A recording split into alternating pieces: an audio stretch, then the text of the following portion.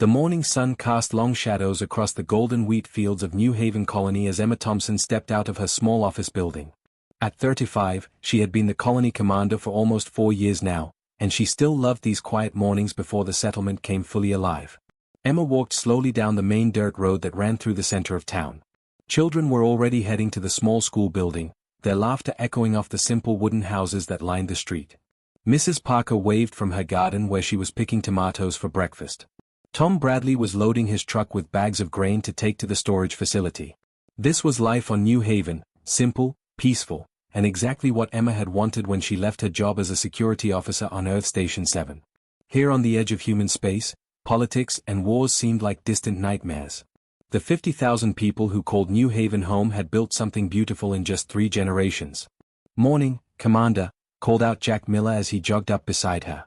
The former Earth Marine had arrived 2 years ago, claiming he was tired of military life.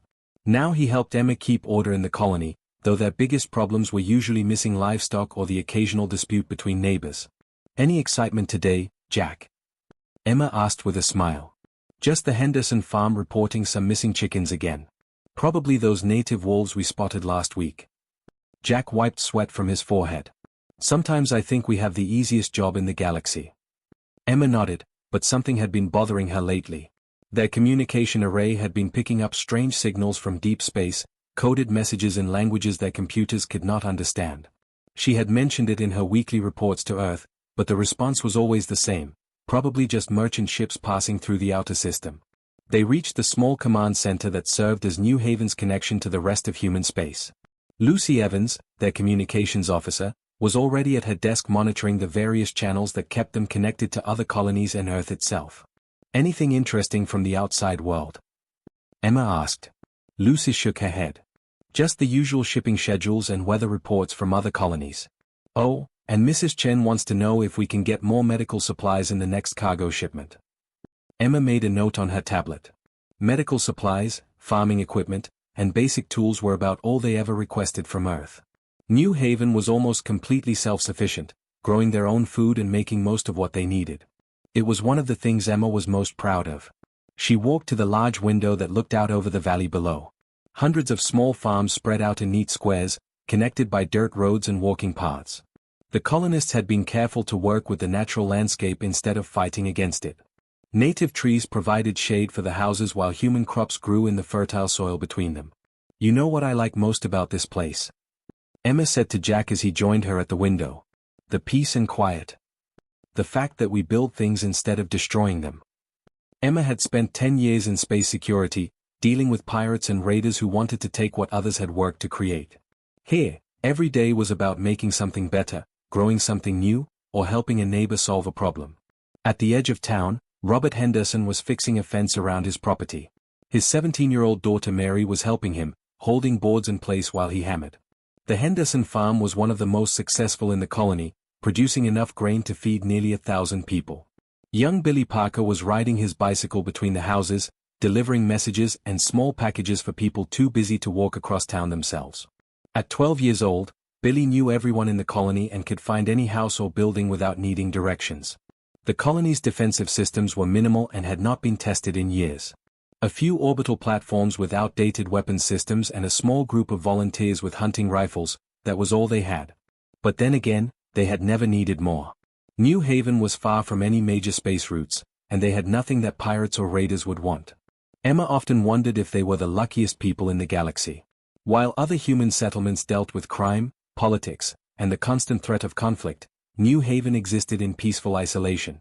Children could play outside without fear. People left their doors unlocked. Neighbors helped each other without expecting anything in return. As the day progressed, Emma made her usual rounds through the colony. She stopped by the school to talk with the teachers about their supply needs. She visited the medical center where Dr. Anderson was treating a farmer who had hurt his back lifting heavy bags of grain. She checked on the power plant that provided electricity to the whole settlement. Everywhere she went, people greeted her with smiles and friendly conversation. These were good people who had chosen a simple life far from the complications of more developed worlds. They had built something worth protecting, even if they had no idea that protection might someday be necessary. As evening approached, Emma stood once again at her office window, watching the sun set behind the distant mountains. The strange signals from space continued to worry her, but she pushed the concern aside. Tomorrow would be another peaceful day in paradise, just like today had been. She had no way of knowing that 12 alien warships were already traveling through space toward her quiet colony, their weapons charged and ready to destroy everything she and her people had spent their lives building. The attack began at sunrise on what should have been New Haven's annual harvest festival. Emma Thompson was in her office reviewing the list of activities planned for the celebration when the emergency alarm started screaming throughout the colony. Lucy Evans burst through the door, her face white with terror. "Commander, we have 12 massive ships dropping out of hyperspace above us. They're not responding to any communication attempts." Emma's coffee cup crashed to the floor as she ran to the command center. The main display screen showed 12 enormous alien vessels positioning themselves around New Haven like predators surrounding their prey. Each ship was larger than anything in the human fleet, their dark hulls bristling with weapon ports. "Get me a colony-wide alert," Emma ordered, her training from her security days taking over. "All civilians to emergency shelters immediately." "Jack, what's the status of our orbital platforms?" Jack Miller was already at the defense console, his fingers flying over the controls.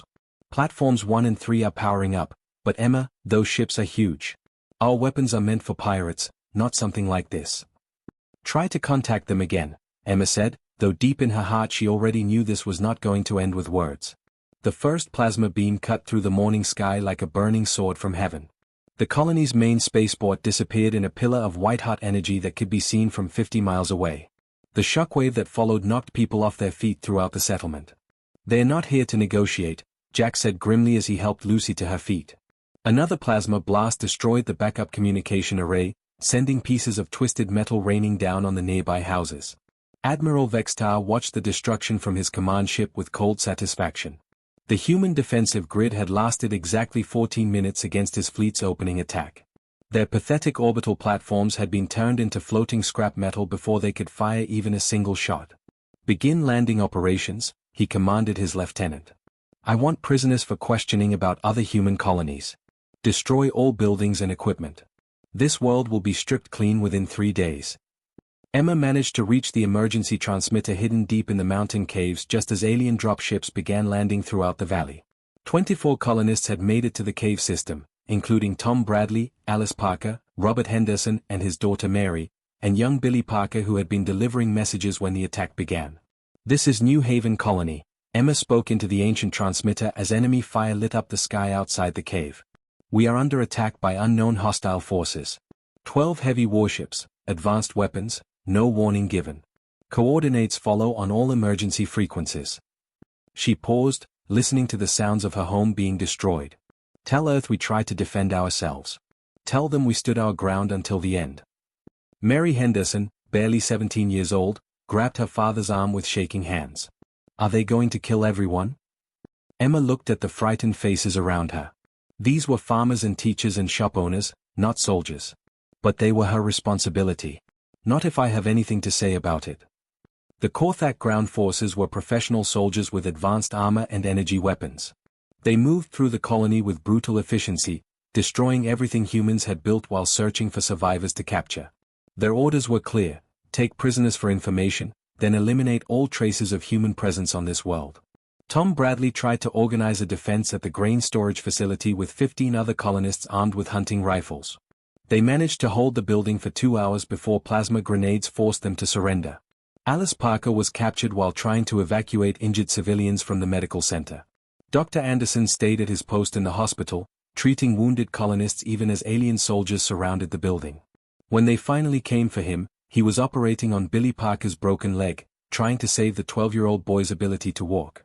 "I am a doctor," he told the alien commander in simple words, hoping they would understand. "These people are hurt. They need help." The Korthak soldier looked at him with reptilian eyes that showed no emotion. "You are prisoners now. Move or die." Throughout the colony, similar scenes played out as the aliens rounded up survivors. Families were separated. Children cried for parents who would never answer. The lucky ones died quickly in the initial bombardment. By the end of the second day, organized resistance had ended. Emma's small group in the caves was among the last holdouts, but they knew it was hopeless. The aliens had advanced scanners that could detect human life signs through solid rock. "We have to surrender," Robert Henderson said quietly. "They'll find us eventually, and Mary doesn't deserve to die in this cave. Emma knew he was right, but the thought of giving up burned in her chest like acid. These monsters had destroyed everything her people had worked 3 generations to build. They had murdered children and grandparents and everyone in between for no reason except that they could. On the 3rd day, the shooting finally stopped. The Korthak had taken 200 prisoners for slave labor and killed the rest. Strip mining operations began immediately, erasing all evidence that humans had ever lived on this world. Admiral Vextar filed his report with satisfaction. Human colony eliminated with minimal losses to our forces. Species appears to lack significant military capability. Recommend immediate expansion into additional human territories. The few survivors were loaded onto prison ships bound for Korthak slave camps. As Emma was dragged aboard, she took one last look at the burning ruins of New Haven and made a promise to herself. Somehow, someway, humanity would make these aliens pay for what they had done. 6 weeks after the destruction of New Haven colony, Emma Thompson's desperate message finally reached Earth. The transmission had traveled through a chain of automated relay stations scattered across human space, each one adding more static and interference to her voice. Admiral William Clark was drinking his morning coffee in the war room at Terra Command when the communication arrived. At 62 years old, he had spent most of his adult life keeping peace between the various human colonies and settlements. Wars were something from the history books, not something that happened in his time. The room fell completely silent as Emma's broken voice came through the speakers. Static filled the gaps between her words, but the message was clear enough to understand. This is New Haven colony, under attack by unknown hostile forces, 12 heavy warships, no warning given, tell Earth we stood our ground. When the message ended, nobody spoke for a long moment. Captain James Wright, Clark's intelligence officer, stared at his computer screen with shaking hands. Captain Margaret Davis, who ran daily operations, looked like someone had just told her that her own family had been murdered. How many people lived on New Haven? Admiral Clark asked in a quiet voice. 50,000 civilians, sir, James Wright answered, checking the colony records. Mostly farmers and their families. 3 generations of settlers. Any military presence? 2 outdated orbital defense platforms and a small civilian security force. Nothing that could stop a serious attack. Admiral Clark stood up slowly and walked to the large window that looked out over Earth's blue oceans. Somewhere out in the darkness of space, aliens had attacked defenseless human beings for no reason except that they could. Children had died. Families had been destroyed. An entire world had been wiped clean of human life. Activate Protocol 7, he said without turning around. The room erupted in surprised voices. Captain Davis was the first to speak. Sir, Protocol 7 hasn't been used since the colony wars 30 years ago. Most people don't even know it exists anymore. That was the whole point, Captain. Admiral Clark finally turned to face his officers. His weathered face looked like it had been carved from stone. Send coded messages to all reserve fleet commanders. Authorization code Omega Black. Tell them the time for hiding is over. Within hours, secret facilities across human space began to wake up from decades of sleep. Hidden shipyards in the asteroid belt started launching vessels that had been built in shadow and stored against a day everyone hoped would never come.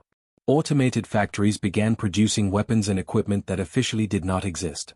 Admiral Richard Barnes received his orders at Luna Station and immediately began gathering ships from secret bases scattered throughout the Sol system. Each vessel looked like a normal cargo hauler or passenger transport from the outside, but their true nature was very different. Colonel Susan Mitchell was training new Marines at the facility on Europa when her orders arrived. After reading them twice to make sure she understood correctly, she began preparing her soldiers for something they had trained for but never expected to actually do. Captain Helen Roberts was serving as a diplomatic liaison with alien trade missions when she was recalled to Earth. Her new assignment was simple: represent humanity at the Galactic Council when the time came to explain what was about to happen. The reserve fleets that Admiral Clark was awakening had been humanity's best-kept secret for over 50 years. While the rest of the galaxy saw humans as peaceful farmers and traders, Earth's leaders had been quietly preparing for the possibility that someone might mistake their choice for peace as a sign of weakness. Every cargo ship that left human space carried hidden weapons and sensors. Every trade mission included intelligence gathering.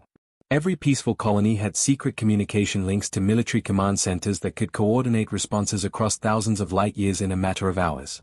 The alien species of the galaxy had made a fundamental error in their understanding of human nature. They saw farmers and assumed humans were weak. They saw traders and assumed humans were only interested in profit. They saw explorers and assumed humans were not capable of violence. They were about to learn how wrong they had been. Captain Wright coordinated the fleet gathering from his position at Terra Command. Sir, we have confirmations from all sectors. Task Force Retribution will consist of 200 ships carrying our most advanced weapons and defensive systems. Crew status? Admiral Clark asked. Every ship will be crewed by volunteers, sir. We actually have more people wanting to go than we have positions available. Admiral Clark was not surprised. The attack on New Haven had awakened something in the human spirit that had been sleeping since the last time someone had threatened innocent people. The galaxy was about to discover that humans were not the soft, peaceful species they appeared to be. The massive fleet began its journey to New Haven 3 days after Emma's message arrived on Earth. But they were not going as rescue ships or relief vessels. The time for mercy had ended when alien weapons had turned human children into ash and vapor. They were going as an instrument of justice, carrying the combined fury of an entire species that had finally been pushed too far. The aliens who had destroyed New Haven were about to learn that attacking defenseless humans was the worst mistake they could possibly have made. Admiral Clark stood on the bridge of his flagship and watched the stars ahead. Somewhere in that darkness, Emma Thompson and the other survivors were waiting for rescue that they probably did not believe would ever come. They were wrong. Humanity was coming, and they were bringing enough firepower to crack planets. Admiral William Clark stood on the bridge of the UES Vengeance as the human fleet dropped out of hyperspace at the edge of the New Haven system. What had once been a beautiful world covered in golden wheat fields was now a scarred wasteland dotted with massive mining operations. 15 Korthak mining vessels confirmed, reported Captain James Wright from his position at the sensor station. They are protected by Admiral Vextar's battle group, 12 heavy cruisers, the same ships that attacked the colony. Are they hailing us? Clark asked. Yes, sir. The alien commander wants to speak with you. Put him through.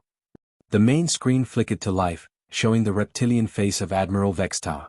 His scaled features were twisted into what humans might recognize as contempt, though his alien expressions were hard to read. When he spoke, his voice was like grinding stone. So the primitive mammals finally arrive, Vextar said with obvious amusement. I am Admiral Vextar of the Korthak hegemony. This world now belongs to us. Your pathetic colony has been eliminated. Turn around and flee, or we will destroy your cargo ships just as easily. Admiral Clark's voice remained calm and steady. I am Admiral William Clark of the Human Defense Coalition. You have committed acts of war against unarmed civilians, including the murder of children. I am offering you one opportunity to surrender and face trial for your crimes. Vextar's laughter echoed across the bridge. Trial? You think you can threaten the might of the hegemony with your merchant vessels? We studied your ships during our attack on the colony. Slow, lightly armed cargo haulers with minimal weapons. You are insects compared to our military power. This is your final warning, Clark said quietly. Insects do not give warnings to predators. Vextar snarled. Attack formation. Show these mammals what happens when they challenge their betters. What happened next would be remembered throughout the galaxy as the 4-hour war. The Korthak fleet charged forward in their traditional battle formation, expecting to crush the human ships with the same overwhelming force they had used against New Haven's defense platforms. Their commanders had studied human vessels for years, cataloging their weaknesses and planning their destruction. They were completely unprepared for what they actually faced. Captain Margaret Davis coordinated the opening strike from her position on the command ship. All stealth carriers, decloak and launch fighters. Execute attack pattern Delta 7. Suddenly the seemingly empty space around the human fleet erupted with activity. Ships that had been completely invisible to Korthak sensors revealed themselves, and thousands of small fighter craft poured out of their launch bays like angry insects from a disturbed hive. Admiral Richard Barnes, commanding the left wing of the human formation, watched his railgun batteries tear through Korthak shields as if they were made of paper. Their armor plating is quite impressive, he reported calmly to Admiral Clark. Unfortunately for them, we brought much bigger guns. The Korthak had built their entire military strategy around fighting other alien species who used similar technology and tactics. They expected large, slow capital ships that would engage at long range with energy weapons and missile systems. They were not prepared for human fighters that moved like schools of predatory fish, sharing targeting information through AI-linked computer systems that could coordinate attacks faster than any organic brain could process. Colonel Susan Mitchell's marine assault ships were already moving toward the mining platforms, their stealth systems making them nearly impossible to detect. Korthak ground forces are retreating to their ships, she reported. They seem surprised that we're attempting boarding actions. Admiral Vextar watched in growing horror as his mighty fleet was systematically torn apart by tactics and weapons he had never seen before. Human fighters swarmed over his ships like angry wasps, their weapons somehow adapting their frequency to penetrate any defensive shield his engineers could activate. "How is this possible?" he demanded of his tactical officer. "Our intelligence report said humans only build merchant vessels." "Unknown, Admiral.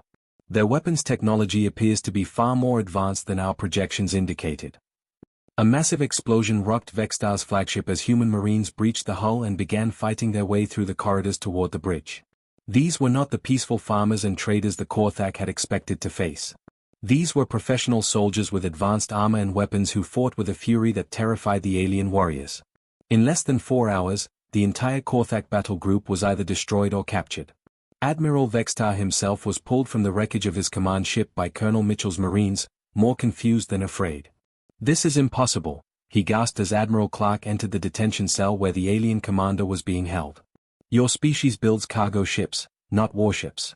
You are farmers and merchants, not warriors." Admiral Clark looked down at the captured alien with cold eyes. "We build whatever we need to build, Admiral. We grow food when our children are hungry. We make tools when we need to work. And we forge weapons when someone threatens our families. But the intelligence reports were exactly what we wanted you to believe." Clark's smile contained no warmth. "The real question, Admiral, is what made you think that attacking our children was a wise decision?" But Admiral Clark was not finished with his demonstration. As news of the battle spread across the galaxy, the human fleet began following the Korthak navigation logs back to their source. The aliens were about to learn that destroying New Haven had been the worst mistake in their species' history. The Korthak homeworld had never been attacked in its 1,000-year history. Their massive city stretched across 3 continents, protected by orbital defense stations and millions of trained soldiers. Their military academies were the finest in the galaxy, their warrior traditions unbroken for countless generations. None of it mattered when Admiral William Clark's fleet arrived. The human ships dropped out of hyperspace in perfect formation around the Korthak homeworld, their weapons already charged and targeting systems locked onto every military installation on the planet's surface. Clark opened communication channels to broadcast on every frequency the aliens used. "People of the Korthak hegemony, this is Admiral William Clark of Earth," his voice echoed across the planet below. "Your military forces attacked and destroyed a peaceful human colony, murdering 50,000 innocent civilians including thousands of children. Your battle fleet has been eliminated. You now have exactly 1 hour to evacuate all military personnel from government buildings, weapons factories, and army bases." Military Commander Thekvor, the supreme leader of all Korthak forces, responded with the traditional fury of his people. "You dare threaten the homeworld of the hegemony? We have conquered entire star systems. We have fought wars for 1,000 years. We will never surrender to mammals." 59 minutes, Admiral Clark replied calmly. Thekvor turned to his military advisors in rage. "How many ships do they have? What is their battle strength?" "Unknown, Commander. Our sensors show 200 vessels, but their technology is unlike anything we have encountered. They appear to have weapons that can strike targets on the surface from orbit with perfect accuracy. Then we fight them in space. Launch all defensive squadrons." "Sir, we no longer have any defensive squadrons. Admiral Vextar's fleet was our primary battle group. All other ships are either cargo vessels or system patrol craft." What followed was the most precise military strike in galactic history. Captain James Wright coordinated targeting solutions from his position aboard Clark's flagship, selecting targets with surgical precision. Every military base on the planet was destroyed within minutes, their weapons and equipment turned to molten slag. Government buildings that housed military commanders disappeared in pillars of superheated plasma. Weapons factories that had supplied arms to Korthak forces for centuries were reduced to empty craters. Army training centers where young Korthak learned to fight were obliterated so completely that nothing remained but glass where the sand had melted. But hospitals remained untouched. Schools continued to stand. Civilian housing areas suffered no damage at all. The humans were demonstrating something the Korthak had never seen before, the ability to wage war while protecting innocent lives. Colonel Susan Mitchell's Marines landed at the capital city within hours, establishing control points and arrest zones for war criminals. Captain Margaret Davis coordinated the distribution of food and medical supplies to civilians whose military leaders had fled or been captured. "This is impossible," whispered Thekvor as human soldiers escorted him to a detention facility. How can you wage war while protecting our people? Warriors do not show mercy to their enemies. We are not warriors, Captain Mitchell replied. We are soldiers. There is a difference. When the fighting ended, the Korthak hegemony's military existed only in history books. Their weapons were destroyed, their commanders captured, their ability to threaten other species eliminated completely. But their cities still stood, their people still lived, and human medical teams were already helping treat the wounded. News of humanity's overwhelming victory spread through the galaxy faster than light itself. Species that had dismissed humans as peaceful farmers suddenly realized they had been sharing space with the most dangerous predators they had ever encountered. Ambassador Helen Roberts addressed the emergency session of the Galactic Council 3 weeks later. Representatives from dozens of alien species sat in stunned silence as she spoke with quiet dignity. For over a century, humanity has chosen the path of peace, she began. We built farms instead of fortresses. We shared knowledge instead of hoarding secrets. We raised children instead of armies. We offered friendship to every species we encountered. Chancellor Mordak of the Centauri Union interrupted with a trembling voice. But the implications of what we have witnessed, if humans can hide military fleets of this magnitude, what else might you be concealing? Helen looked directly at the alien leader. Every species in this council maintains defensive forces, Chancellor. Humanity simply chose to be more careful about revealing the extent of ours. Perhaps you should ask yourself why that concerns you. Because we assumed you were weak, blurted out Trade Minister Veltar from the Rigel Consortium. Your merchants always seemed so soft.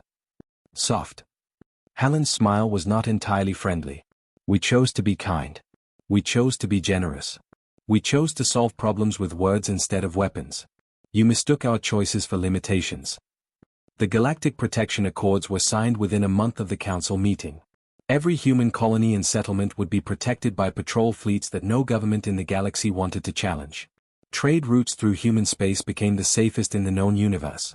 Emma Thompson stood in the memorial garden built on the site of New Haven Colony, watching human children play under the protective glow of orbital defense platforms that could destroy entire fleets. Mary Henderson, now studying diplomatic relations at Earth University, visited often to help maintain the memorial wall that bore 50,000 names. Will they ever try to attack us again? Mary asked as they placed fresh flowers by the memorial. Emma smiled, watching the stars emerge in the evening sky. Not if they are smart. The galaxy knows what we are capable of now. They also know we would rather grow food than build weapons. But if they forget the lesson. She gestured toward the memorial wall. We will remind them. The galaxy had learned that humanity's greatest strength was not their technology or their numbers. It was their restraint. And that restraint had limits that wise species never tested.